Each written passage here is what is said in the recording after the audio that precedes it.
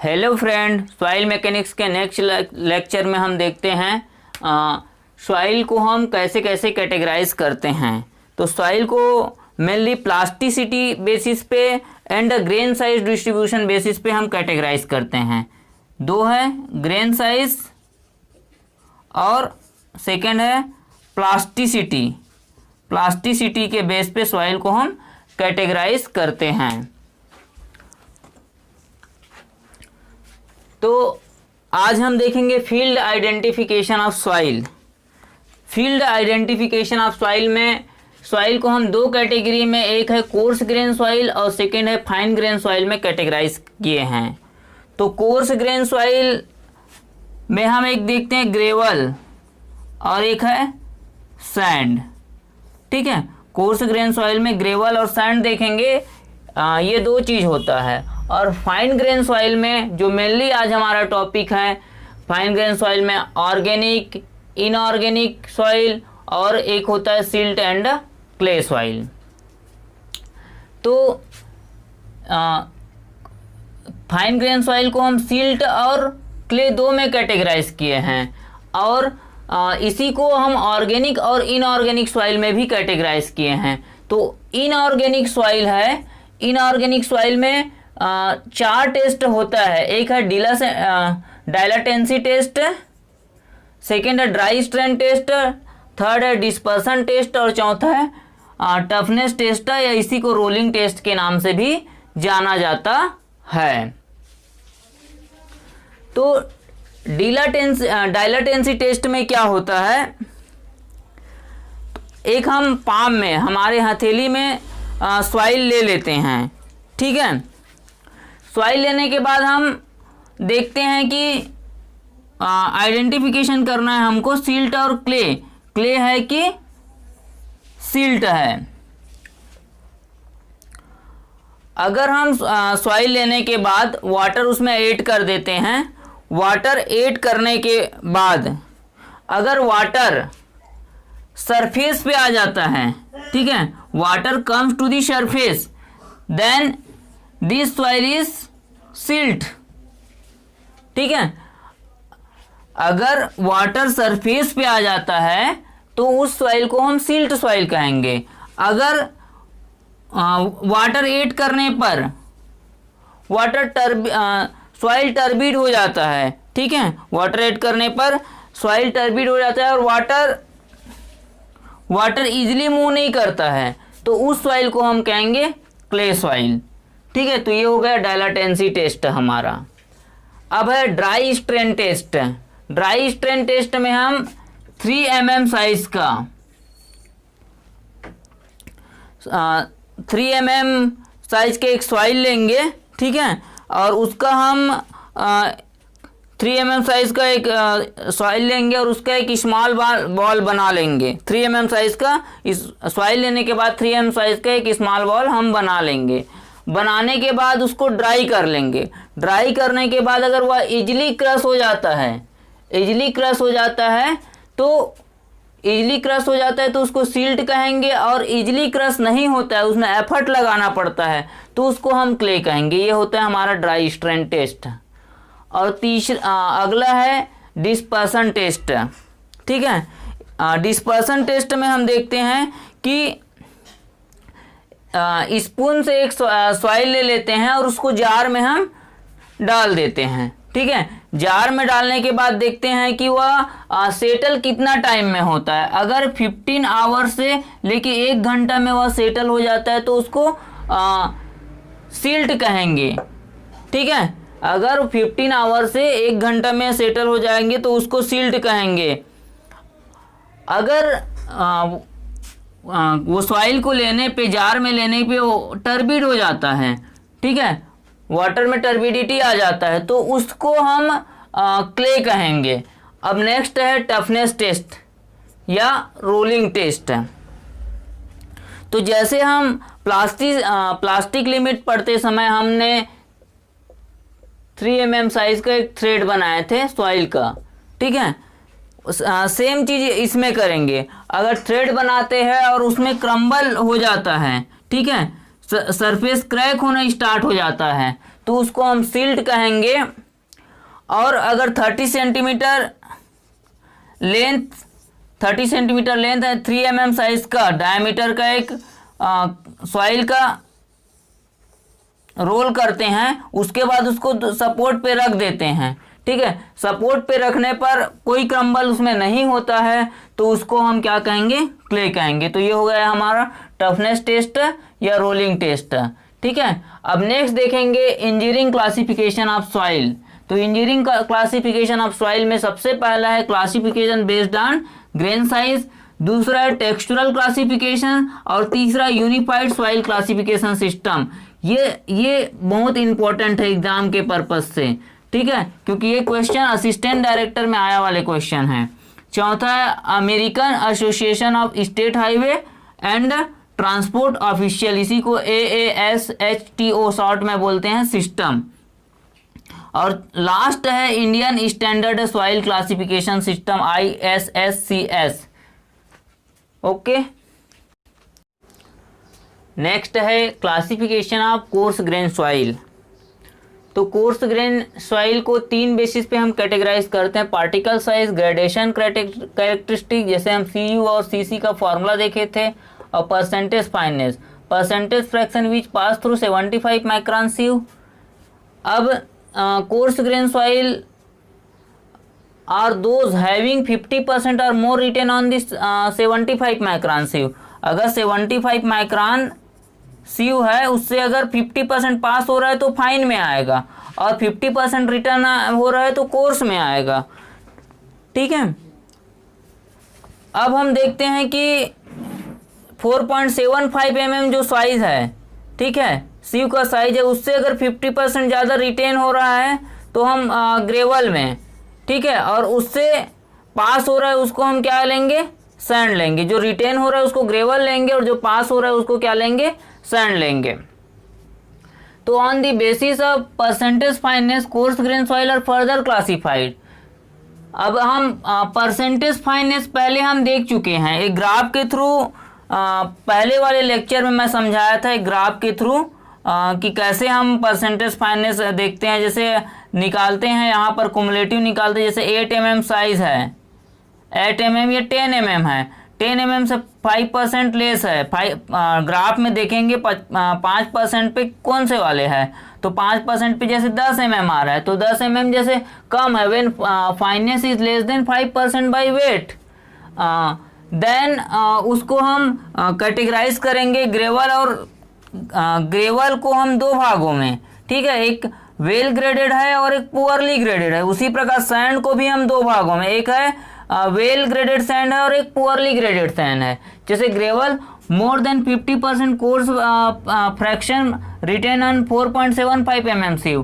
तो जैसे well graded gravel W का मतलब वेल और G का मतलब ग्रेवल, वेल ग्रेडेड ग्रेवल, तो CU 4 से अगर ज़्यादा है, CU का वैल्यू क्या है, अगर 4 से ज़्यादा है और CC का वैल्यू 1 और 3 के बीच है, और फाइननेस 5% से कम है, तो हमारा क्या आएगा, वेल ग्रेडेड ग्रेवल। और उसी प्रकार GP मतलब पुअरली ग्रेडेड, अगर अबो वैल्यू ये सेटिस्फाई नहीं कर रहा है तो पुअरली ग्रेडेड ग्रेवल है। सैंड में अगर 50% से मोर देन है कोर्स क्रॉसिंग, तो उसको सैंड कहेंगे, और SW मतलब वेल ग्रेडेड सैंड, CU का वैल्यू 6 से ज़्यादा, इसमें 4 से ज़्यादा था, और CC 1 और 3 के बीच में है, अगर ये वैल्यू सेटिस्फाई नहीं करता है तो उसको SP को हम पुअरली ग्रेडेड कहेंगे, ठीक है। नेक्स्ट है केस 2 है व्हेन फाइननेस 5 to 12%, जब फाइननेस की वैल्यू 5 और 12% के बीच में होता है तो हम इसको कैसे कैटेगराइज करते हैं, ग्रेवल और सैंड को, ठीक है। तो ग्रेवल को हम GWGC, ठीक है, वेल ग्रेडेड ग्रेवल, ठीक है, कंटेनिंग क्ले, ठीक है, well graded gravel containing clay. जब CU की वैल्यू 4 से ज़्यादा होता है तो वो ग्रेवल होता है, तो ये तो वही रहेगा। और CC की वैल्यू जो होता है कोफिशिएंट ऑफ यूनिफॉर्मिटी और कोफिशिएंट ऑफ कर्वेचर 1 और 3 के बीच में, ठीक है, कोफिशिएंट ऑफ यूनिफॉर्मिटी 4 से ज़्यादा और कोफिशिएंट ऑफ कर्वेचर 1 और 3 के बीच में। GPGC, अब GP मतलब पुअरली ग्रेडेड ग्रेवल और कंटेनिंग C मतलब क्ले कंटेनिंग क्ले। अब वो वैल्यू नॉट सेटिस्फाई इस कंडीशन पे। नेक्स्ट है GWGM, ठीक है, well graded gravel containing M मतलब सिल्ट, M मतलब सिल्ट।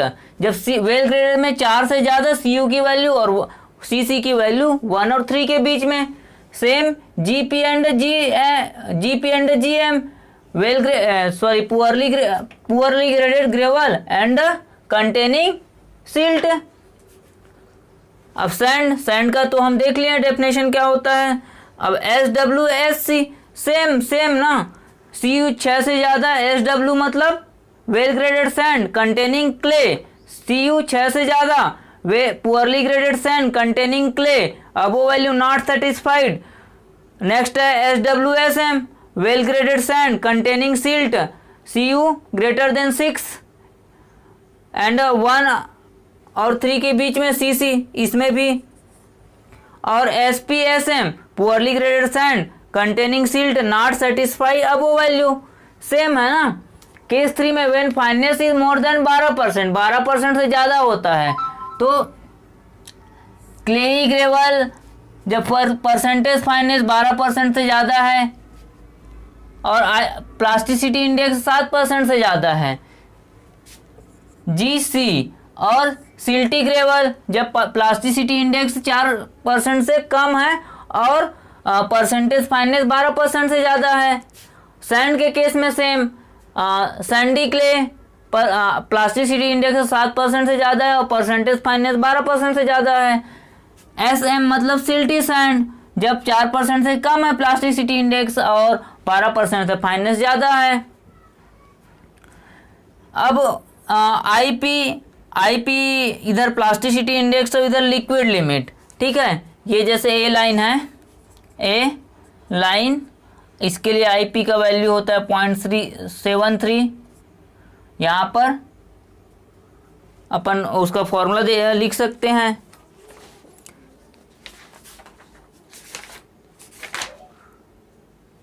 WL - 20, ठीक है। IP equal to 0.73 WL - 20।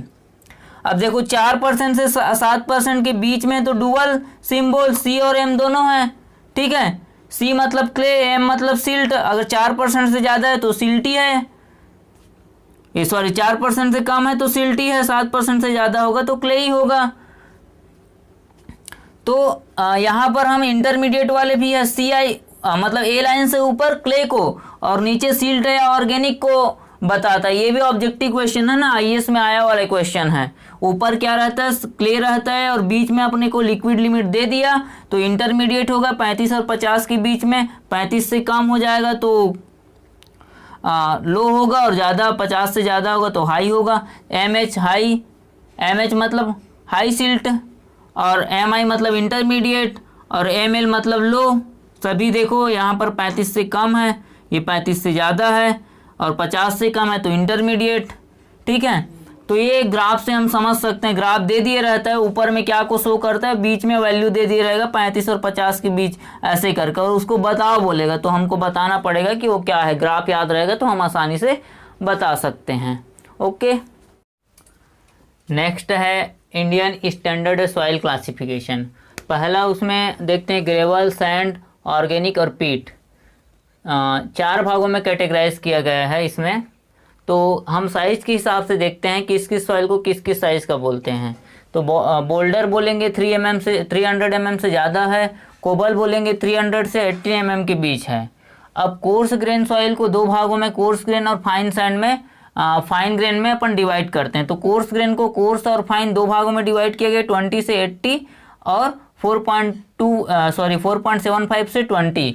फिर सैंड को कोर्स, मीडियम और फाइन में डिवाइड किया गया है, 2 to 4.75 और 0.425 से 2 और 0.075 से 0.425, ठीक है। सील्ट को वैसी 0.002 से 0.425 तक और क्ले को लेस देन 0.002। सभी साइज mm में है, ठीक है। तो ये हमारा इंडियन स्टैंडर्ड क्लासिफिकेशन सिस्टम।